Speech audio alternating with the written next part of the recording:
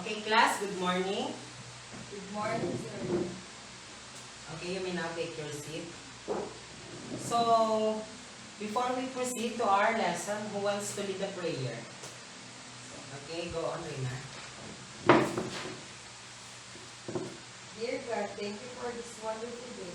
May you continue to give and bless us. Amen. Amen. So, who is absent today? None, sir. Okay, that's nice to hear. Keep it up. So, before we talk about our lesson for today, let's start the day with a game. Who wants to play? Are you ready to play? Yes, sir. Okay, so it's shuffle time. So I have here set of words for everyone to solve. So kindly bring out a pen and a piece of paper. Okay, so each word you will be given to 15 seconds to decode the shuffle words, okay?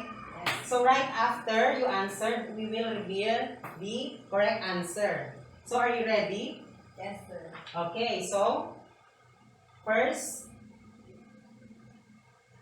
what word can you form when you decode these shuffled letters? Okay, so your time is up. What is your answer? Stop, sir. Okay, very good. Stacks. How about the second one?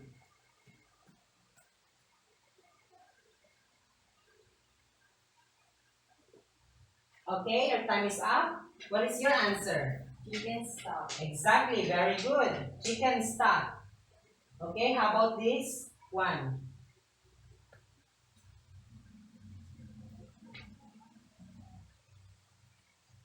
Okay, so what word can you form? White stop. Very good. And this?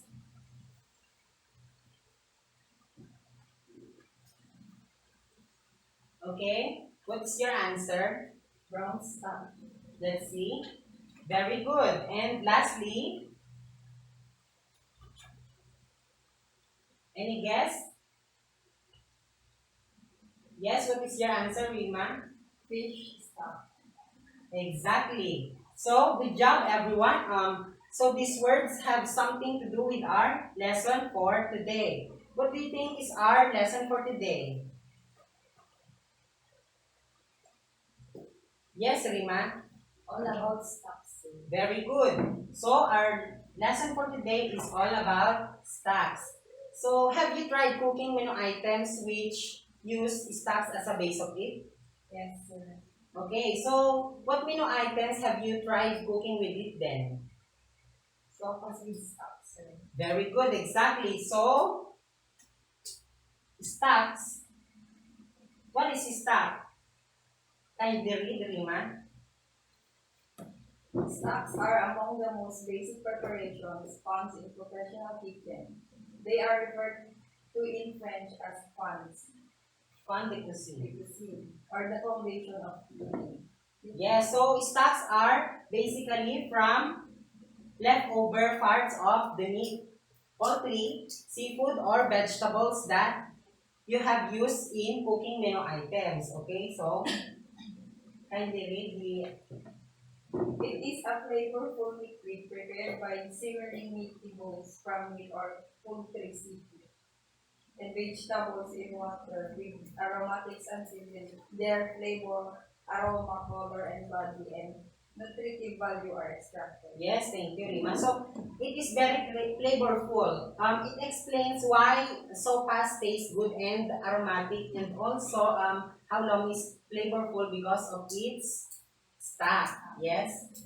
Okay, so do you know the four classification of stocks?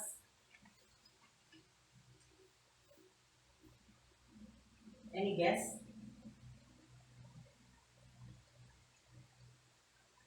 So the four classification of stocks are, we have fish, brown, white, and vegetable stocks. Okay. So let's move on to the white stock. Kindly read the Rimate. White stock or fond blanc Blank. is made with white meat or beef. Veal bones, chicken carcasses, and aromatic vegetables. Yes, thank you, Rima. So, do you know where white stock can be used in kitchen? Any guess? So, Pastor. Yes, exactly. Very good. So, we can use white stock in cooking sopas, and also we can use white stock in white sauces. Okay. So, moving on, how to make white stock. White stock is prepared by deputing the meat or bones in cold liquid and slowly brought to a boil. The mirepoix or the diced veggies are then flavored in by sweetened pork fat or suitable fat and then added to the liquid before it develops any color. Then the mixture is reduced to a simmer to finish cooking. Okay? So, any question, class? Okay. So, do you know are you familiar with the word mirepoix? No. Okay, so this is an example of mirepoix. A diced veggies, carrots, celery, and white onion. Okay? Okay, so if you have no question, let's move on to the next classification of stock. Kindly read the remated. Brown stock or fun brown is made with beef, veal, and poultry meat and bones. The bones are roasted until golden in color. No burnt. If it is burnt, it will damage the stock's flavor and color. So take note of that. If it is burnt, it will damage the stock, flavor, and color. So don't burn the veal or beef when you are roasting it, okay? Yes. So here's how to make brown stock. Kindly read the remated. The mere Mirepoix. The mirepoix is added when the bones are 3/4 roasted. Tomato product may also be added. When the bones are mirepoix are golden in color, the cold liquid is added and the mixture is slowly brought to a boil, then reduced to a simmer to finish cooking. Okay, so thank you, remated. So, do you know where brown stock can be used? Any guess? Gravy, sir. Very good, exactly, gravy. So brown stock are used for brown sauces. Like what you said, gravies, braised dishes like braised pork, braised beef, chicken, and also serves as meat glazes, okay? Yes. So, do you have any question? Answer. Okay, so we move on to the third classification. Kindly read. Vegetable stocks are Pandelegi. sometimes called as neutral stock, is composed of vegetables and aromatic herbs, sauteed gently in butter, then cooked in the liquid.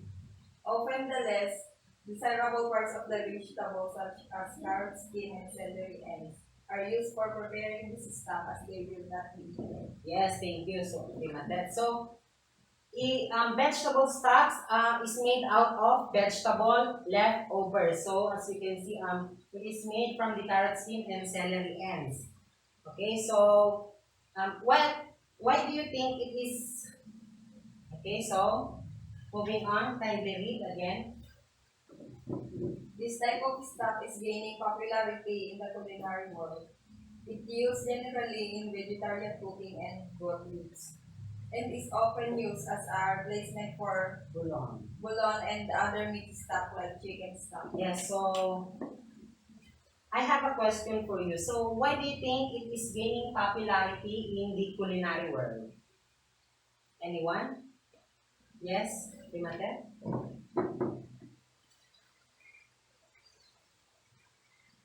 It gains popularity in the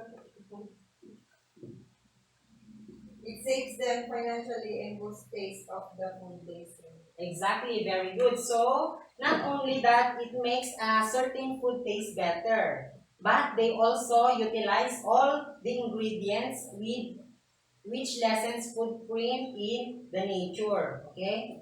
So, do you have any question? Answer. Okay, let's move on to the last classification of stock. Kindly read again, Primatep.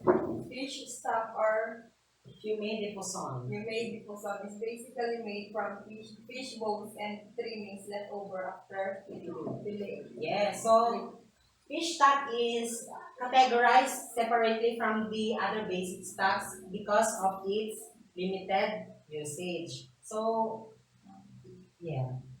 Do you have any question? Answer. Now let's move on to the ingredients in making stocks. Okay, so first, kindly read. Most of the flavor and body of stocks are derived from the bones of beef, grilled chicken, pork, and fish. The kinds of bones determine the kind of stock, except for vegetable stock. Yes, thank you, Rima. So, excuse me. So, bones are typically the main ingredient in making stock. It is where the flavor come from, okay? Moving on, the second one, can be read. Mirepoix. Therefore, it is the French term for the combination of coarsely chopped onions, carrots, and celery used to add more flavor to stocks. The basic formula for a mirepoix is 2 parts onion, 1 part celery, 1 part carrot. Yes, Mirepoix also adds flavor to the meat and bones. It is also used in stock as it is seared in fat and cooked till everything is coated in fat, then placed in stock. Okay. Moving on, we have also acid products. Acid helps dissolve connective tissues and extract flavor and body from bones. Yes, acid products help in making the stock clear and not thick. Okay, so it breaks down the tissues and other molecules found in the bones and meat.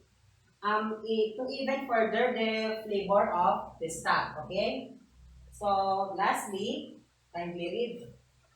Seasoning and spices. The bouquet garni stocks are flavored with minimal use of seasoning and spices. Bouquet garni is an assortment of fresh herbs in a bundle with a string so it can be easily removed from the stock. It adds aroma to the stock. Yes, so thank you. So seasoning and spices are the final touches in cooking stock. Okay, so they add aroma and flavor to the stock. So that concludes our lesson for today. Do you have any question? Okay, if none, let's have an activity. So we will do shuffle time again, okay? But this time, I will be giving you 10 seconds to decode the shuffle words, okay? So are you ready? Yes. Okay, so here's number one. What word can you form to be shuffled word? Letters. Okay? You may now start. Okay, your 10 seconds this time is up. What is your answer? Fun brand. Very good. Fun brand. How about the second one?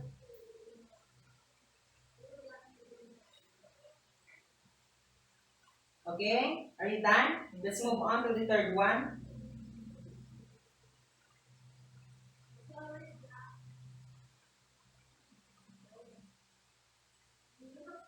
Okay, next.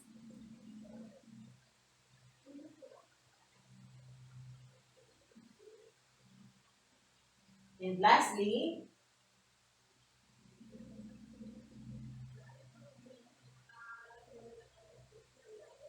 okay, let's check. What is your answer for number one? Fun brand. Very good, fun brand. How about for number two? Fun brand. Okay, so check the spelling if it is correctly spelled, okay? Yes, sir. How about number three? What is your answer? Fun The June. Okay, very good. So, for number four, what is your answer? Yes, exactly. Fumé de poisson. And lastly, Yes po.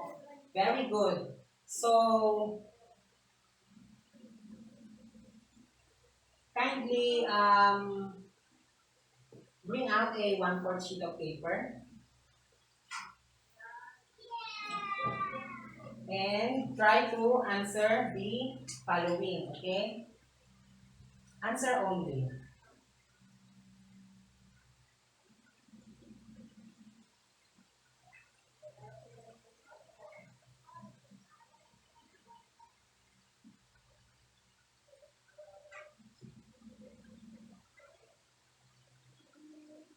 Yes, answer only.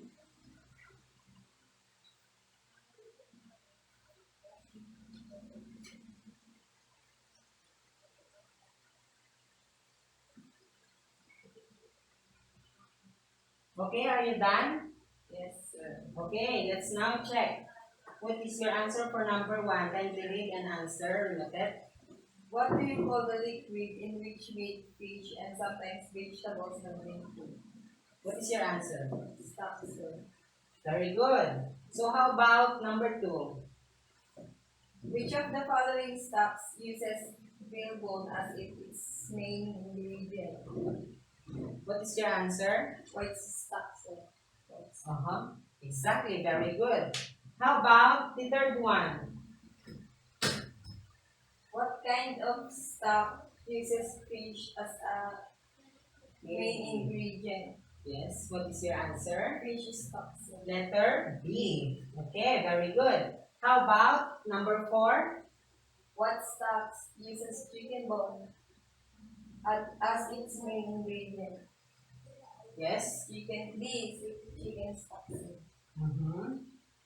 Yes, very good. And last? Which one is the easiest to prepare? Mhm. Vegetable stock. See, vegetable stock. Okay, very good. So, that concludes our lesson for today. Do you have any question? Answer. Okay, so